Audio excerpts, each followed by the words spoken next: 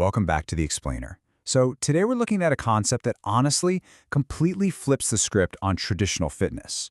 We're unpacking the boxer's blueprint to figure out exactly how fighters forge such dense, functional muscle, and the crazy part, they do it almost entirely without traditional weightlifting equipment. If you've ever watched a pro fighter and thought, man, how do they build that unbreakable physique? Well, you're in luck, because we're figuring that out today. Okay, let's dive right into the puzzle we're solving. How exactly do these athletes build such incredible, dense muscle without ever touching a dumbbell? We're so conditioned, right? The standard gym mentality tells us that muscle only grows when you sit on a bench and push heavy iron. But the truth is, the combat sports world has been proving that idea wrong for literally centuries. It really comes down to this fascinating contrast between what we can call show muscle, the result of isolated gym repetitions built mainly to look good in the mirror, versus functional muscle. Now, functional muscle is that lean, resilient density forged by a boxer's sustained tension. It's muscle built specifically to hold up under intense, genuine pressure. All right! Section 1. The upper body engine, tension and resistance. Look, most people watch shadow boxing and think it's just, violently swatting invisible flies to get a sweat going. But in reality, it's actually a primary training tool. When a boxer throws punches into open air with true intention and resistance, they aren't just flailing their arms around. Every single muscle in their upper body, the shoulders, chest, triceps, lats, and the core, they all fire simultaneously. And they're doing all this heavy lifting without a single piece of equipment. It's all connected. The real secret here boils down to a concept called time under tension. Shadow boxing demands constant, unbroken motion. You aren't just cranking out a quick set of 10 and taking a break. You're keeping tension on those muscles far, far longer than a single isolated rep ever allows. And over time, that sustained effort is exactly the mechanism that builds that lean, dense muscle. It performs every bit as good as it looks. But what happens when we introduce an actual object, like the heavy bag? Well, landing punches creates genuine resistance training, simply because the bag pushes back. Think about it. Every single time a fist connects, the shoulders have to absorb a massive return force. At that exact split second, the core violently braces and the legs transfer energy upward. When you do this round after round, it produces a deep muscular fatigue in the arms and back that literally mirrors a heavy pressing workout in the gym. But of course, you have the massive added demands of constant footwork and head movement. Moving on to Section 2, Powering the Kinetic Chain, Explosive Core Development. If we really want to understand explosive power, we absolutely have to look at the kinetic chain. Basically, it's the connected sequence of your body segments and joints. It's the physiological pathway that transfers energy, taking the stability from your lower body and converting it into explosive, snapping power in your upper body. In the ring, your arms are really just the end of the whip. The actual power, that starts from the floor. To train this chain, fighters rely heavily on medicine ball slams. Here's how it works. First, you raise that weighted ball high overhead. Then, your lats and upper back pull down forcefully. Next, your obliques and hip flexors fire to aggressively rotate the body. And finally, you drive the ball into the floor with explosive power through your entire trunk.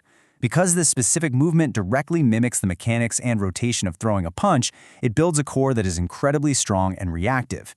Honestly, standard crunches just can't compete with this. Section 3, Round-Based Muscle Density, Conditioning and Metabolic Stress. So a major key to this whole blueprint is something called metabolic stress.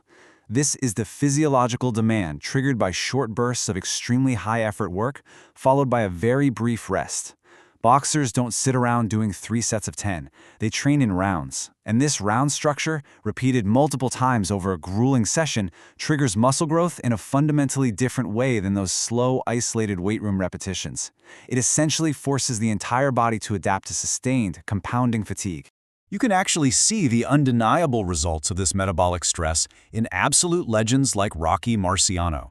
He wasn't spending his days in the gym bench pressing. He was doing hundreds, literally hundreds of push-ups, pull-ups, and dips.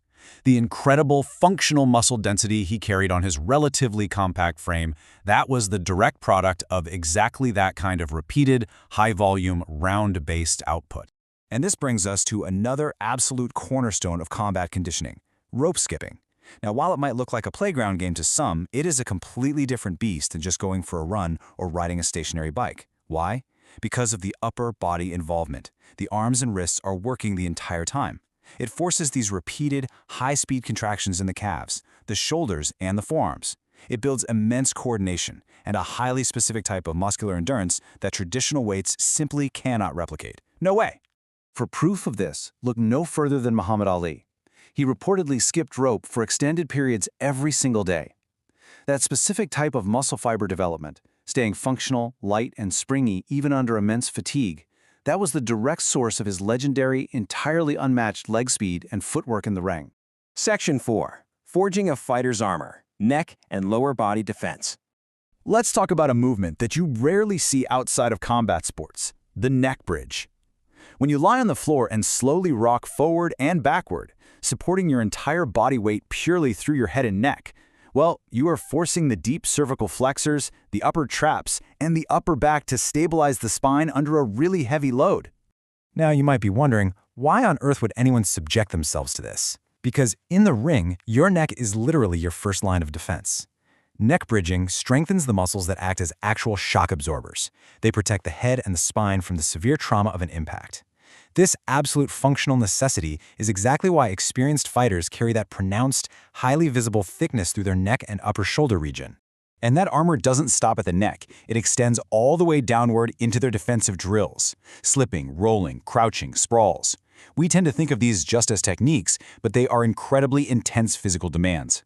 Holding a low-loaded squat position while aggressively moving laterally, that closely mirrors the grueling muscular requirements of actual competition.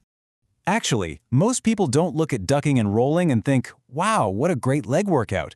But when a fighter sustains tension in their legs and glutes by holding those low defensive postures round after round after round, it accumulates into a major hypertrophic stimulus. The sheer volume of time spent in those loaded, tense positions creates a genuine muscle building effect. The result? Highly developed, incredibly powerful leg musculature. Finally, Section 5. The Blueprint, your functional toolkit. So bringing it all together, these are the 7 core bodyweight methods that construct the ultimate functional fighter's physique. You have the sustained tension of shadowboxing, the genuine resistance of the heavy bag, the explosive kinetic power of those medicine ball slams, add in the metabolic stress of round-based calisthenics and rope skipping, and top the whole thing off with the defensive armor built by neck bridging and sprawls. It's a complete, total body philosophy that prioritizes athletic performance and absolute coordination way over simple aesthetic muscle. And this leaves us with one pretty critical question to ask ourselves about our own routines. Are you training for the mirror, or are you training for the pressure? The Boxer's Blueprint proves, without a doubt, that you don't need a gym full of expensive equipment to build incredible muscle. You really just need intention, resistance, and the willingness to train the way the legends did. Thank you so much for joining me for this explainer. Keep learning, keep pushing, and I'll catch you next time.